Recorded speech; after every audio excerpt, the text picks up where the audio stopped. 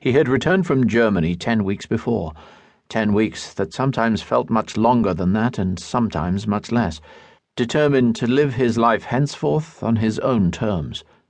Being alive at all was so outrageous a piece of good fortune that he had no intention of squandering his existence on dull pursuits and workaday routine. So much for intentions. They did not trump circumstances. The flying school was such a good idea. He did not want to abandon it. He knew Sam was pinning his hopes of liberation from the family bakery business on it. He was pinning a good many hopes on it himself, and the last thing he wanted to do was to let Sam down.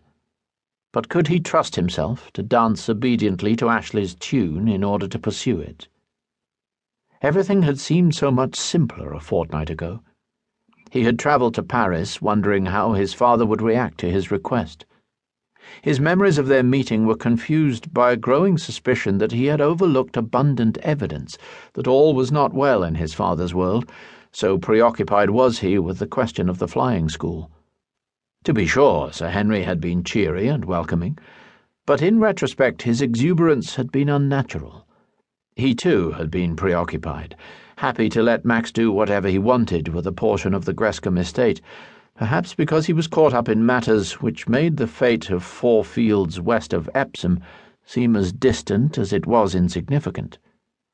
But what might those matters have been, and did they have any bearing on Sir Henry's death? Max took another sip of whisky, rested his neck against the rim of the bath, and tried to force his brain to reconstruct the details of their final encounter in search of the answers. The journey from London to Paris was supposed to take 7 hours, but there were delays all along the line in France, and Max's train eventually pulled into the Gare du Nord 3 hours late. He went straight to the hotel Sir Henry had booked for him, the Mazarin in Rue Coligny. There was a note waiting for him there on Hotel Majestic writing paper. 5/3/19. Dear boy, welcome to Paris. I'm so sorry about this, but I have to cancel our luncheon engagement for tomorrow. I am not my own master during this damned conference. But dine with me instead. The Ritz at 8. It will be a grand evening. Affectionately, your father. There they were again, Max supposed, those famous exigencies of the service. The peace conference was important. No one who had fought in the war could doubt that. It was a reordering of the world map, the creation of new countries and boundaries intended to heal the old divisions. It was the shaping of a future that would be safe for all to live in. Still, his father's postponement of their reunion seemed odd, not to say unfeeling.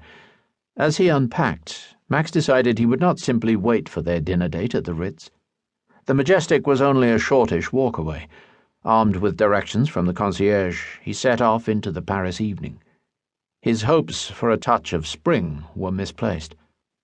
A fellow looking remarkably unlike a Parisian hotel doorman was guarding the entrance to the Majestic. He was, in fact, as he swiftly revealed, a Scotland Yard detective. No chances were being taken with security at the headquarters of the British delegation. Without a pass or someone to vouch for him, Max was not going to gain admittance. He was escorted as far as the reception desk, however, but Sir Henry Maxted was out. He generally leaves very early and returns very late, the clerk informed him discouragingly. The clerk, like the policeman, was English. I've been imported from the Grand in Birmingham, sir, he explained, noting Max's puzzlement. The gentleman from the Foreign Office wouldn't be happy with French staff. They want people they can rely on. So here we all are. Would you tell Sir Henry when he gets in that his son called to see him? Certainly, but I wouldn't like to say when that might be, if you know what I mean. Max was far from sure he did know what the man meant, but he left it at that. He felt a sudden desire for life, colour, and entertainment. He hopped into a cab and named the Folies Bergère as his destination. Max rose late the following morning and treated himself to a gentle day. He walked down to the Seine and crossed to the Quai d'Orsay, briefly joining the small band of onlookers outside.